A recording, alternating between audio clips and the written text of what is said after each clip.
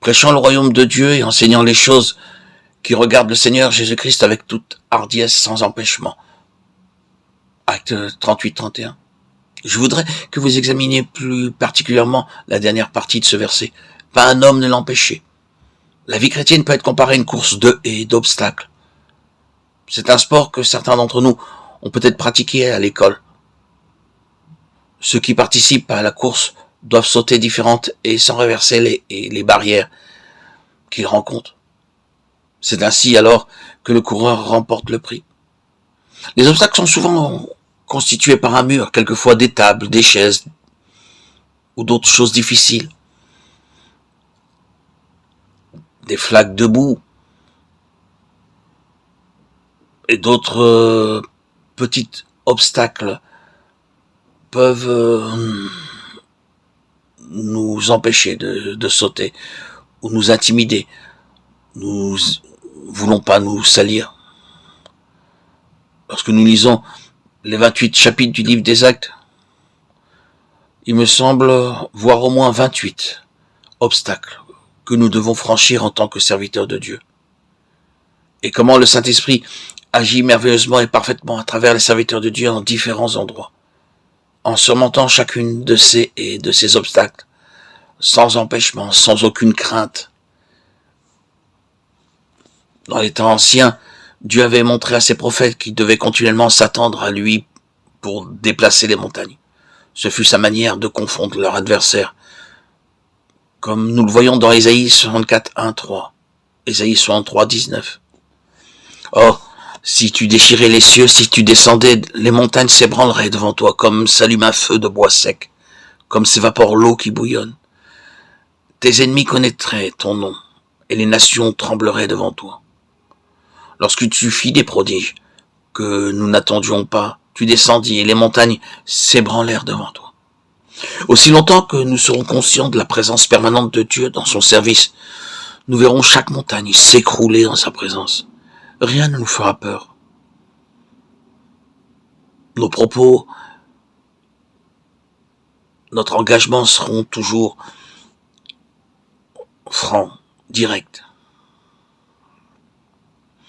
Tous les obstacles placés devant les serviteurs de Dieu ne peuvent pas ébranler la grâce de Dieu. C'est ainsi qu'on peut avancer et franchir tous les obstacles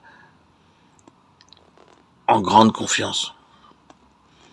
Et comme ils avaient les regards fixés vers le ciel pendant qu'ils s'en allaient, voici deux hommes vêtus de blanc leur apparurent. Ce fut la première haie qu'ils eurent à franchir. Le Seigneur Jésus-Christ avait regagné le ciel, il était parti. Ces quelques disciples restaient sans secours et regardaient vers le ciel. Le Seigneur venait juste de les charger d'être ses témoins à Jérusalem, en Samarie et jusqu'aux extrémités de la terre. Ils avaient compris ce que le Seigneur avait dit, mais ils n'avaient laissé aucune instruction détaillée d'aucune sorte, pas de plan, pas de schéma à suivre. Aussi ils se demandaient les uns les autres, où commencerons-nous? Que ferons-nous? Où irons-nous? Il aurait pu leur laisser quelques indications par lesquelles ils auraient su immédiatement, tant de jours à Jérusalem, tant de jours en Samarie, mais il s'en alla simplement, sans leur laisser aucun plan. La seule chose qu'il leur avait dit de faire était d'attendre à Jérusalem que la puissance du Saint-Esprit descendît sur eux. Numériquement, ils étaient très peu. Ce fut un gros problème. Mais en plus de cela, il y avait encore 3 grandes montagnes qui se dressaient devant eux et qu'ils avaient à franchir. La nation juive qui les haïssait, la politique des chefs romains qui les maintenait en esclavage, les Grecs avec leur culte des idoles. Toutes les fois que nous recevons un message de Dieu ou un fardeau sous une forme ou sous une autre, la première question que nous posons est « Comment commencer ?» Vous pouvez aussi avoir le sentiment que c'est une très lourde responsabilité et que notre cas est différent. Nous trouvons ce peuple trop dur, nous sommes troublés et nous ne savons pas comment faire. Nous aimerions donc quelques indications claires. Mais Dieu ne travaille pas de cette façon. Dans tout travail de Dieu, ne supposons pas que parce que Dieu a travaillé d'une certaine manière, il fera exactement de même dans un autre endroit.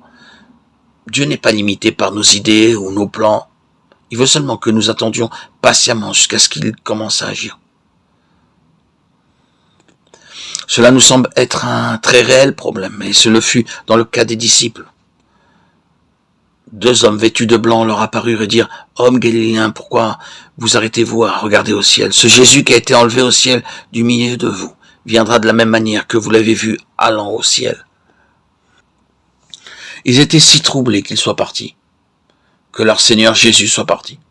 Ils savaient parfaitement que le Seigneur Jésus-Christ reviendrait, et ils devaient simplement le croire et attendre. Que ce soit long ou pas, ce n'est pas leur affaire. Ils devaient aller et attendre, comme cela leur avait été demandé, et au temps marqué par Dieu. Il leur dirait lui-même, alors, ce qu'il ferait ensuite. C'est ici l'enseignement que nous devons avoir. Apprendre, attendre le temps de Dieu. Attendre patiemment, car Dieu a un moment pour chaque travail, et il travaille selon son propre temps. Nous ne devons pas bouger jusqu'à ce que nous ayons reçu clairement du Seigneur l'ordre de marcher, et certainement pas l'ordre des hommes, l'ordre de nos ambitions personnelles, de nos convictions propres. Il faut laisser le Seigneur parler à travers nous, lui laisser de la place pour qu'il puisse y résider par son esprit et nous apprendre le chemin à suivre. L'itinéraire sera marqué et nos plans n'auront peut-être rien à voir avec les plans de Dieu. Ils tomberont en ruine ou tourneront vers l'échec si nous maintenons selon notre propre volonté. Il ne faut pas tenir compte de ce que nous pensons, mais laisser Dieu agir en nous.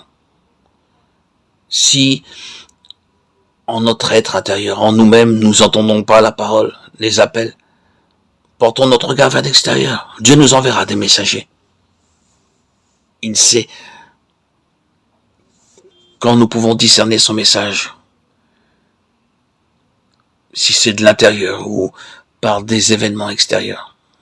Dieu nous parle constamment. À vous de savoir l'entendre et d'attendre patiemment. N'en tirez pas des conclusions hâtivement. Patientez. Dieu ne veut que vous aider. C'est une affaire personnelle entre votre âme et Dieu. Nous pouvons avoir affaire qu'à Dieu et nous devons apprendre à attendre patiemment jusqu'à ce que l'heure exacte du Seigneur arrive. Comme cela sera sûrement.